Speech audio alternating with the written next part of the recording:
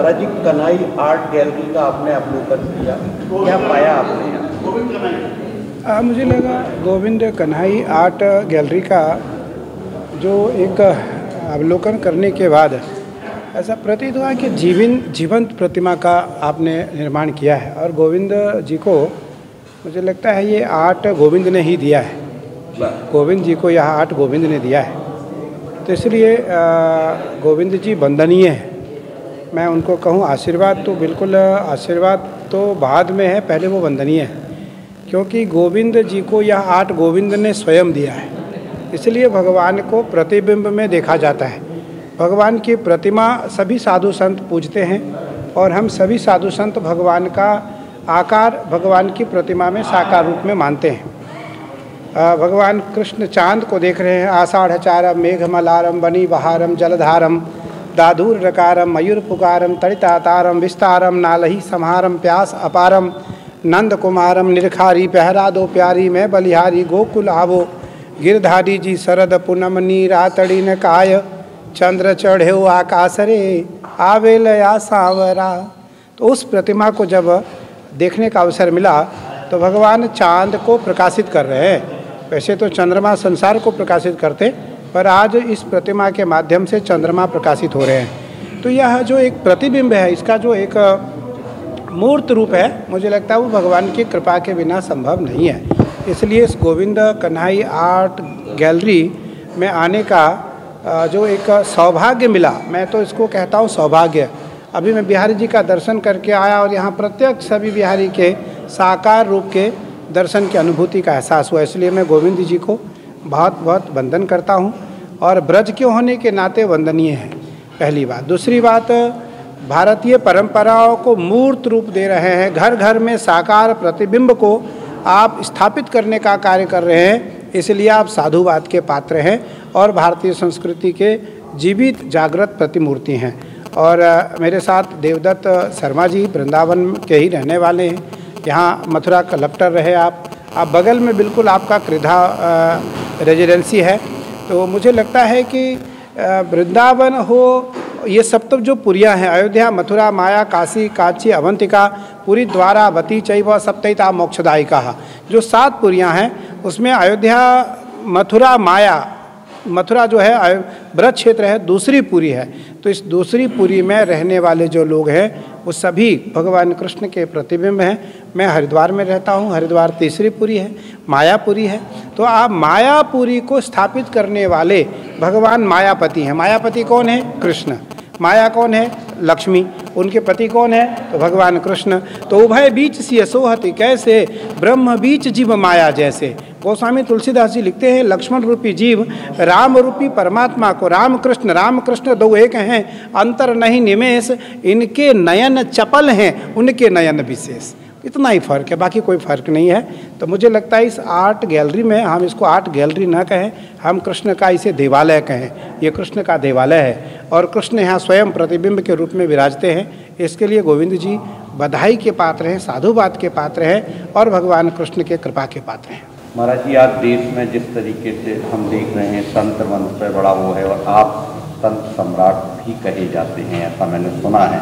तो ये तंत्र मंत्र क्या होता है और उस समय ये जो चल रहा है देश में, उस पर आप क्या कहना चाहेंगे? देखिए, आप क्योंकि देश के चौथा स्तंभ हैं और आपके माध्यम से पूरी दुनिया साधु संतों की परंपराओं की बात सुनती है, मानती है, समझती है, स्वीकार करती है। मैं एक बात कहना चाहता हूँ कि तंत्र मोक्ष मार्ग का सरल उपाय है और तंत्र के महारथी भगवान कृष्ण हैं। तंत्र के महारथी भगवान श्री कृष्ण हैं। गजब की बांसुरी बजती थी वृंदावन बसैया की, गजब की बांसुरी बजती थी वृंदावन बसैया की, करूँ तारीफ मुरलिया मुरलीधर कन्हैया की। जहान काम चलता था तीरों व कमानों से, वहाँ विजय नटवर की होती थी मुरली की तानों से।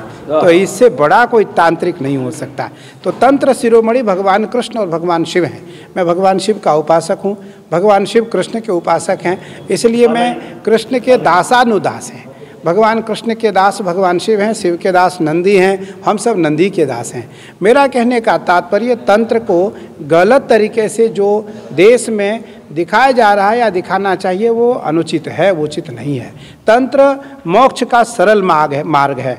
ओम क्लीं कृष्णाय नमः, ओम क्रीं कालिकाय नमः, ओम क्रीं गंगा देव्यै नमः। भगवती का, कृष्ण का और गंगा का तीनों का बीज मंत्र एक है, तीनों का बीज मंत्र एक है। तो कृष्ण, मैं काली का उपासक हूँ, महादेव का उपासक हूँ, तो कृष्ण ही काली है, काली ही कृष्ण है। कृष्ण और काली में कोई अंतर नहीं है, इसलिए कृष्ण और काली में कोई अंतर नहीं है। तो तंत्र मोक्ष का सरल मार्ग है, बहुत सीधे तरीके से तंत्र के माध्यम से सावर कहा जाता है, उसे सावर के मंत्र के माध्यम से ईश्वर का साक्षात्कार किया जा सकता है। इसलिए तंत्र का प्रचार गलत तरीके से कोई ना करे। तंत्र जादू टोना नहीं है, तंत्र झाड़ फूक नहीं है, तंत्र ईश्वर को प्राप्त करने का सरल उपाय है।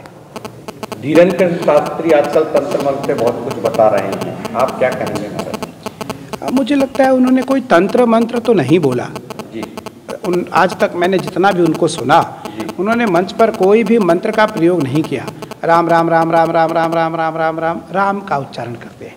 मुझे लगता है कोई मंत्र का उच्चारण उन्होंने आज तक नहीं किया है, क्योंकि मंत्र गोपनीयम गोपनीयम गोपनीयम प्रयत्नता। भगवान शिव ने पार्वती से कहा कैलाश में, हे देवी, मैं जिस मंत्र का आपको ज्ञान दे रहा हूँ यह अत्यंत गोपनीय है, अपने प्राण से भी अधिक रक्षा इस मंत्र की करना। गोपनीयम गोपनीयम गोपनीयम प्रयत्नता, अत्यंत प्रयत्नता पूर्वक इस मंत्र की रक्षा करना। तो इसलिए मुझे जहाँ तक लग रहा है कि वो किसी मंत्र का प्रयोग नहीं कर रहे हैं और ना ही वो खुद को तांत्रिक कहते हैं, इसलिए उन्हें तांत्रिक न कहा जाए। जो भी उनका अपना है, मेरा उससे बहुत संबंध इसलिए नहीं क्योंकि मैं इस परंपराओं को इसलिए समझता हूँ, मानता हूँ, क्योंकि मैं इस संन्यास परंपरा का, सनातन परंपरा का सर्वोच्च पद पर स्थापित हूँ। और सर्वोच्च पद पर स्थापित होने के कारण, क्योंकि देश में शंकराचार्य और देश में आचार्य जो परंपराओं को मानने वाले लोग हैं, उन्हें पता है कि मैं इस समय श्रेष्ठ पद पर स्थापित हूँ। इसलिए सनातन धर्म सदैव धर्म पुरोधा के रूप में रहा है, धर्म मार्गदर्शक के रूप में रहा है। सनातन सदैव पथिक का काम किया है। तो हम सब पथिक के पथिक हैं, पथ के पथिक हैं, और उस पथ के पथिक पर चलने वाले को अच्छी दिशा और उसका दशा कैसे अच्छा हो, वो संदेश भारतीय सनातन परंपरा के साधु संत देते हैं। कोई संदेश आप हमारे चैनल के माध्यम से? मैं आपके चैनल, क्योंकि आपके चैनल के माध्यम से मैं एक संदेश देश को ये देना चाहता हूँ कि आप किसी भी भ्रम में ना आकर के सात्विकता को, भगवान श्री कृष्ण इसी ब्रज में प्रकट हुए। महाराज हरिदास जी ने भगवान कृष्ण को प्रकट किया। महाराज हरिदास से मिलने सम्राट अकबर आए। सम्राट अकबर के गुरु तानसेन और तानसेन के गुरु महाराज हरिदास। तो अगर इस परंपरा को हम देखें तो भगवान श्री कृष्ण इस ब्रज क्षेत्र में आए। यहाँ ब्रज क्षेत्र में भगवान कृष्ण स्वयं निवास करते हैं, राधा रानी स्वयं निवास करती हैं। भगवान कृष्ण की जो पटरानी है जमुना मैया, वो यहाँ निवास करती हैं। हमारा उद्देश्य ब्रज क्षेत्र को श्रेष्ठ और उत्तम रखना, क्योंकि गोवर्धन जी बिल्कुल पास में है। गोवर्धन जी स्वयं भगवान है। गोवर्धन की रक्षा कैसे हो, यमुना की रक्षा कैसे हो, ब्रज क्षेत्र की रक्षा कैसे हो, हमें इसका ध्यान रखना चाहिए। ब्रज में आने वाले लोग संकल्प ले करके जाए कि मैं यमुना, ब्रज और गोवर्धन की सदैव जीवन पर्यंत रक्षा करूँगा।